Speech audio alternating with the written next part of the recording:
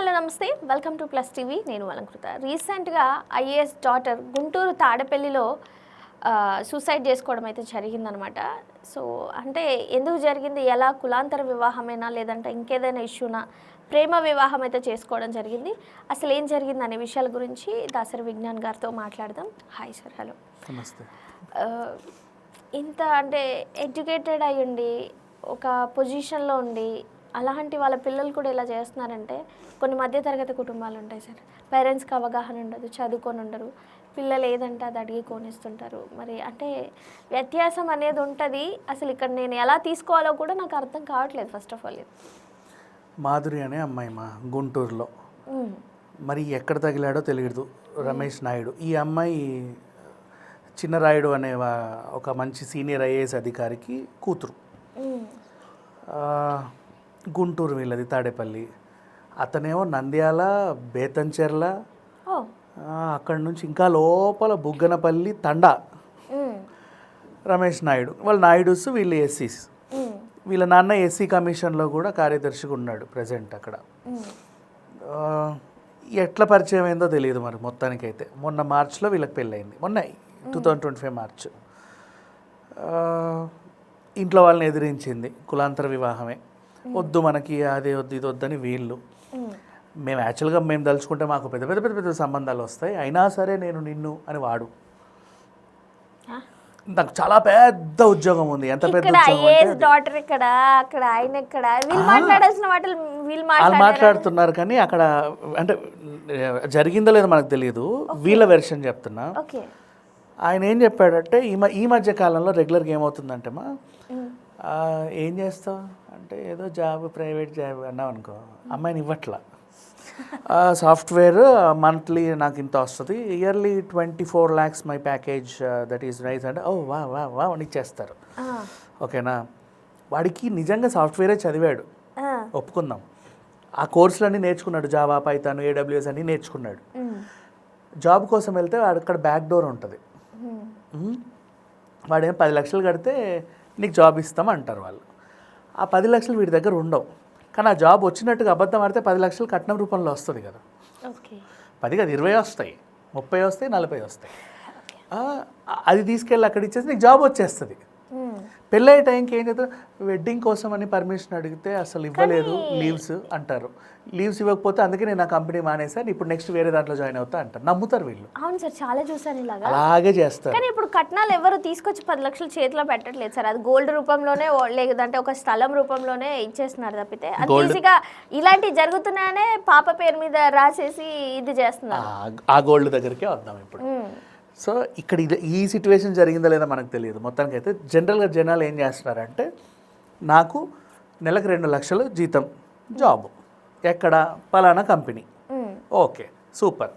Next ఏదో రకం ID card ఏదో చూపిస్తారు. పెళ్ళయ్యే టైంలో ఖాళీగా ఉంటుంది, ఏంటంటే ఇంకా ఉద్యోగానికి వెళ్ళట్లేదంటే, అదే నాకు మేనేజర్కి రోజు స్ట్రెస్ అయిపోతుంది, పెళ్ళి కోసం అని చెప్పి నేను 15 days లీవ్ అడిగితే ఇవ్వలేదు, తొక్కలో కంపెనీ నేను మానేస్తున్నా, I want to change to another company అంటాడు. ఆ చేంజ్ దగ్గర ఏమవుతుందంటే, ఈలోపు పెళ్ళి అయిపోతుంది, అన్నీ అయిపోతుంది, ఏం చేయలేరు. నువ్వు మంచిగా మెడ నిండి వేసుకొని వస్తావు. ఇవి కొంచెం తాకట్టు పెట్టి, అంటే ఉన్న ఖర్చులన్నీ పెళ్ళికి అయిపోయినాయి కదా, నువ్వే చూసావు కదా, మొన్న రిసెప్షన్కి అంత అయింది, డెకరేషన్కి ఇంత అయింది, దానికి ఇంత అయింది, దీనికి ఇంత అయింది.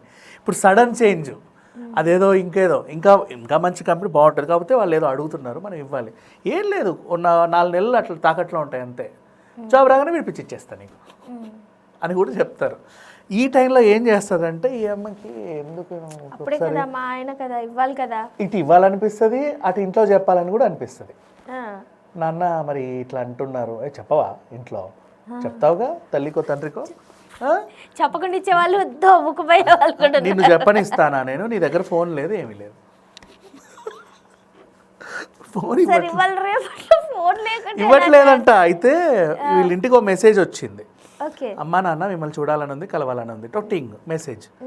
ఫోన్ చేసి, అల్లుడు మా అమ్మాయి ఉంది ఆమె ఫోన్ రిపేర్ వచ్చింది, నేను బయట ఉన్నాను, ఇస్తా ఇంటికి వెళ్ళగానే ఇస్తా. అల్లుడు నేను ఎక్కడో ఉన్నా, రే ఇప్పుడే ఇట్లా వచ్చినా, అటు వచ్చిన ఇటు వచ్చినా, ఏదో తేడా కొడుతుంది, వెళ్తేనే బెటర్.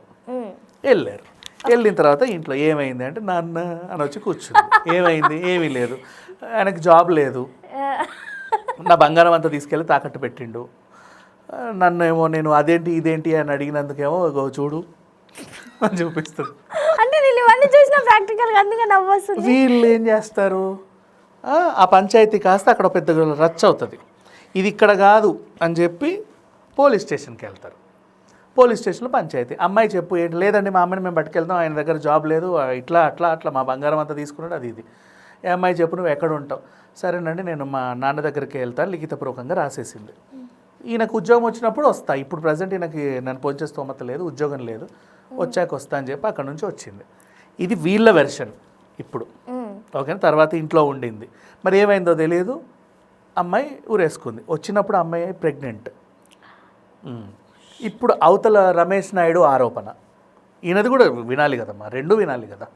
ఇప్పటిదాకా విన్నాము రమేష్ నాయుడు విలన్లా కనబడ్డాడు. ఎగ్జాంపుల్ చెప్తున్నారు అనుకున్నాను సార్, ఇది రియల్ స్టోరీయా? రియల్ స్టోరీ, ఇప్పుడు జరిగింది ఇదే జరిగింది. నేను ఎగ్జాంపుల్స్ కొన్ని తీసుకుంటున్నారేమో, నేను కూడా చూసిన అనుకుంటున్నాను, కానీ ఈ మాదిరి స్టోరీ ఇది అనేది నాకు అర్థం కావట్లేదు. ఇప్పుడు రమేష్ నాయుడు వర్షన్ రెండు వినాలి కదా. లేదండి నాతో పెళ్లి చేసుకోవడం వాళ్ళకి ఇష్టం లేదు, అయినప్పటికీ అమ్మాయి ఎదిరించి మేము రిజిస్టర్ మ్యారేజ్ చేసుకున్నాము, తర్వాత రిసెప్షన్ చేస్తా అన్నాడు గ్రాండ్గా, కానీ చేయలేదు. ఇంకా ఏంటో మాకు అమ్మాయికి ప్రెగ్నెంట్ కూడా అయింది, బలవంతంగా తీసుకెళ్ళిపోయారు. తీసుకెళ్ళిన తర్వాత గుండు కొట్టించారు అమ్మాయికి ఏదో చెప్పి. నెక్స్ట్ తర్వాత ప్రెగ్నెన్సీ కూడా తీయించేశారు, గర్భస్రావం చేయించారు.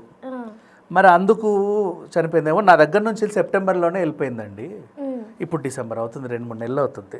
నా దగ్గర నుంచి వెళ్ళిపోయి చాలా రోజులు అవుతుంది. అక్కడ ఆత్మహత్య చేసుకుంటే నాకేంటి సంబంధం, నేను ఎలా వేధిస్తా, ఇక్కడ ఏమన్నా అయితే మమ్మల్ని అడగొచ్చు. పోనీ అక్కడికి వెళ్ళి ఏమైనా మనోవేదనకు గురైనా కూడా అక్కడ వాళ్ళకి వాళ్ళే కదా, నేను ఎలా కారణం అవుతా, ఈయన వెర్షన్. ఇప్పుడు దీన్ని ఎలా చూడాలి? ఇప్పుడు వీళ్ళని కూడా క్వశ్చన్ చేయాలి, నువ్వు ఎందుకు గుండు కొట్టించావు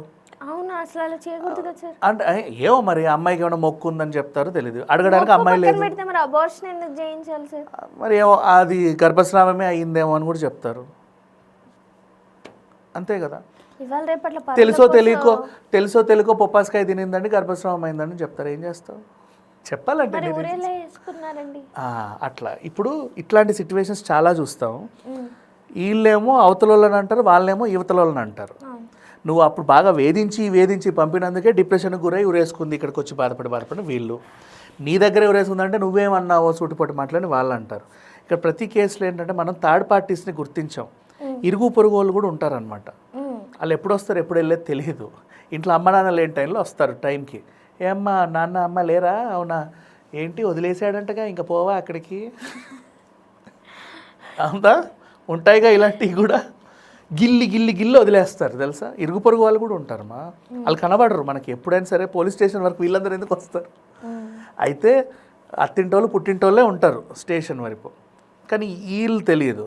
నువ్వు డిప్రెషన్కి వెళ్ళడానికి ఎంతసేపు చెప్పు, గుండు కొట్టించావు, గర్భస్రావం అయింది, మొగుడింటికి వెళ్ళట్లేదు, ఇక్కడ వీళ్ళేమో మరి ఇక్కడ ఎప్పుడు ఉంటారో తెలియదు, ఏంటో తెలియదు, సూటిపోటి మాటలు. మరి ఏమనిపించింది ఆ అమ్మాయికి? ఇప్పుడు వీళ్ళు కొట్లాడుకుంటున్నారు, మీ వల్లే. ఎవరిని అంటావు? కానీ నిజం చెప్పాలంటే క్యాస్ట్లు కులాలు వీటన్నిటి కంటే ప్రాణాలకి ఎవరు ఇంపార్టెన్స్ ఇవ్వట్లేదు సార్ జనరల్గా. చచ్చిపోయే వాళ్ళు కూడా ఒకవేళ వాళ్ళంతటా వాళ్ళు చనిపోయినా కానీ అంటే ఒకవేళ ఈ అబ్బాయి ఉద్యోగం ఉందని అబద్ధం చెప్పి పెళ్లి చేసుకున్నా నేను తప్పు పట్టను, ఎందుకంటే 1000 అబద్ధాలు ఆడి పెళ్లిళ్ళు చేసుకోమన్నారు కదమ్మా. ఉద్యోగం ఉంటేనే బతుకుతున్నారా సార్? చాలా మంది చిన్న చిన్నగా పనులు చేసుకొని కూడా సంసారాన్ని నెట్టొచ్చు సార్. సైడ్ ఎట్లా తెలుసా, పెళ్లి చేస్తే కట్నం డబ్బులు వస్తాయి కదా, దాంతో ఏదో ఒక బిజినెస్ చేసుకుంటారులే అని కూడా అండర్స్టాండింగ్లో కూడా పెళ్ళిళ్ళు చేస్తారు ఇచ్చి కూడా. అల్లుడు ఖాళీగా తిరుగుతున్నాడు అంటే వీడికి కూడా తెలుసు అల్లుడు ఖాళీ తిరుగుతున్నాడు అండి, వాడికి ఆటో కొనిచ్చో లేకపోతే ఒక షాప్ పెట్టించో పని చేసుకో మా కూతురు బాగా చూసుకొని కూడా పెళ్ళిళ్ళు చేసే వాళ్ళు కూడా ఉన్నారు. అట్లాంటివి కూడా చూసాం. మరి ఇక్కడ ఏం జరిగిందో, ఈయన చూస్తేనేమో సీనియర్ ఐఏఎస్ అధికారి. ఐఏఎస్ అధికారి అంటే ఆయన 10 మందికి చెప్పిన వాళ్ళు, 10 మంది సమస్యలు తీర్చినోడు, ఇప్పుడు ఎస్సీ కమిషన్లో ఉన్నాడు అంటే వాళ్ళ తరఫున కూడా గొడవలకి లేదా పంచాయతీలకు వెళ్ళి సెటిల్ చేసి గట్టిగా మాట్లాడగలిగే వ్యక్తే. అట్లాంటి మాట్లాడగలిగే వ్యక్తుల పిల్లలు కూడా కొంచెం నాలెడ్జ్ఫుల్ పర్సన్స్ ఉంటారు, అంటే ప్రతిదీ ఆలోచిస్తారు. మరి ఇలా అయితే ఉండరు. మరి ఏమైందో తెలియదు, అమ్మాయి అయితే చనిపోయింది. ఇప్పటివరకు ఇంకా కొలిక్కి రాలా, ఇద్దరు ఒకరి మీద ఒకరు ఆరోపణలు చేసుకున్నారు. కానీ పోయిన ప్రాణం అయితే తిరిగి రాదు. ఉద్యోగం లేదని చంపేసిన చిన్న బేబీ ప్రాణం అయితే ఇంకా అసలే రాదు. లేదు, ఉద్యోగం లేదని పెళ్లి చేసుకున్నాడు, మా అమ్మాయిని మోసం చేశాడు, తర్వాత బంగారం తాకట్టు పెడుతున్నాడు అని చెప్పేసి వీళ్ళ వెర్షన్. నేను కాదు వేధించింది, అసలు నాతో పెళ్ళే వీళ్ళకి ఇష్టం లేదు, నాకు కూడా ప్రాణహాని ఉంది వీళ్ళ వల్ల, నన్ను కూడా ఎప్పుడు చంపేస్తారో నాకు అర్థం కావట్లేదని ఈయన. Thank you sir.